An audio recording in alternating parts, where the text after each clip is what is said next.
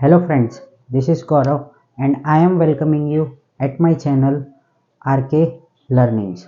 So friends, आज हम लोग एक एडजस्टमेंट देखेंगे। एडजस्टमेंट है इनकम रिसीवेबल। ठीक है, इनकम रिसीवेबल मतलब क्या होता है कि ये वो इनकम है जो क्या है कि हम लोगों को मिलना बाकी है।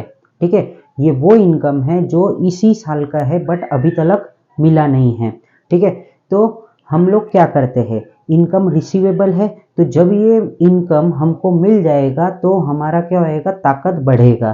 तो ये मिलना बाकी है तो हम लोग इसको क्या करेंगे दोस्तों, सबसे पहले हम लोग इसको असेट्स में लिखेंगे।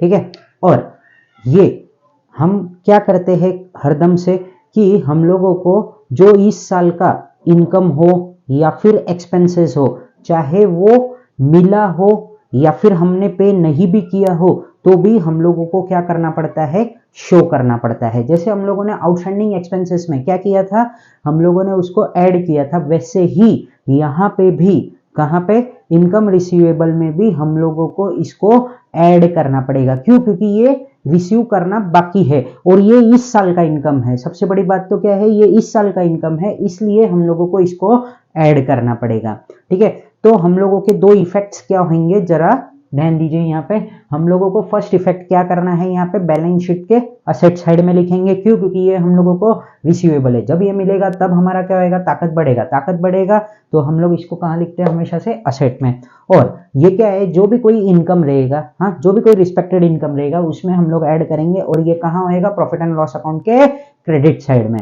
ठीक है, तो अब हम लोग इसका एक एग्जाम्पल, जैसे हरदम की तरह हम लोग एक एग्जाम्पल लेते हैं। तो क्या दिया हुआ है यहाँ पे, ट्रायल बैलेंस में कमीशन दिया है। कमीशन कितने रुपए का दिया है, 2000 रुपीज, और कमीशन रिसीवेबल कितना है दोस्तों, 200 रुपया। ठीक है, तो इसको हम लोगों को सॉल्व करना है। तो मैं क्या करूंगा, कमीशन जो है हम लोगों का इनकम, उसके अंदर मैं कमीशन रिसीवेबल को ऐड करूंगा। और दूसरा क्या है, ये कमीशन रिसीवेबल है तो हम लोग इसको कहाँ पे बुक करेंगे, असेट में। ठीक है, तो ध्यान दीजिए यहाँ पे। तो सबसे पहले हम लोग यहाँ पे क्या लिखूंगा मैं, commission. Profit and loss account के अंदर मैं प्रॉफिट एंड लॉस के क्रेडिट साइड में लिखूंगा कमीशन।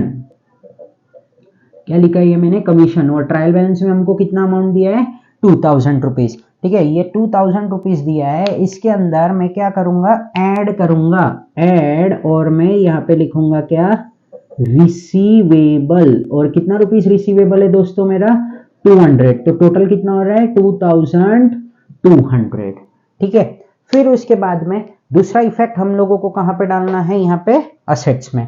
तो मैं कहां लिखूंगा इसको, यहाँ पे क्या लिख रहा हूं मैं, यहाँ पे कमीशन रिसीवेबल। क्या लिखा है ये मैंने, कमीशन रिसीवेबल। और कितना रुपीस लिखूंगा मैं, 200 रुपीज। आपको सबको पता ही होगा कि हम लोग क्या करते हैं, एडजस्टमेंट का दो इफेक्ट करते हैं। ये जो 200 रुपीज है, इसको मैंने फर्स्ट टाइम यहां लिखा और यहां लिखा। तो इस तरीके से हम लोगों को इसका दो इफेक्ट पास करना है यहाँ पे। सो क्या है, हम लोग इसका एक बार क्विक रिवीजन वापस से देख लेते हैं। क्या है, इनकम रिसीवेबल मतलब क्या होता है कि इनकम जो है कि हम लोगों को अभी तक रिसीव नहीं हुआ है, ये रिसीव होगा तो हमारा ताकत बढ़ेगा तो हम लोग इसको असेट में लिख देते हैं। तो इनकम रिसीवेबल हम लोगों ने कहां पे लिखा दोस्तों, असेट्स में, बैलेंस शीट असेट साइड। और दूसरा क्या करेंगे हम लोग, इसको हमारा जो भी कोई रिस्पेक्टेड इनकम रहेगा उसके अंदर ऐड कर देंगे।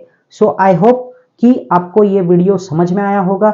मैं हरदम की तरह आपको पहले इफेक्ट समझा देता हूं, फिर एक एग्जांपल लेता हूं अपनी तरीके से और फिर उसको आपको बताता हूं। तो I hope that you have understand the adjustment of income receivable very well. So friends, thank you for watching my video, and friends, please do subscribe my channel and press the bell icon so that you will get the notification of my new videos. Thank you. Jai Hind.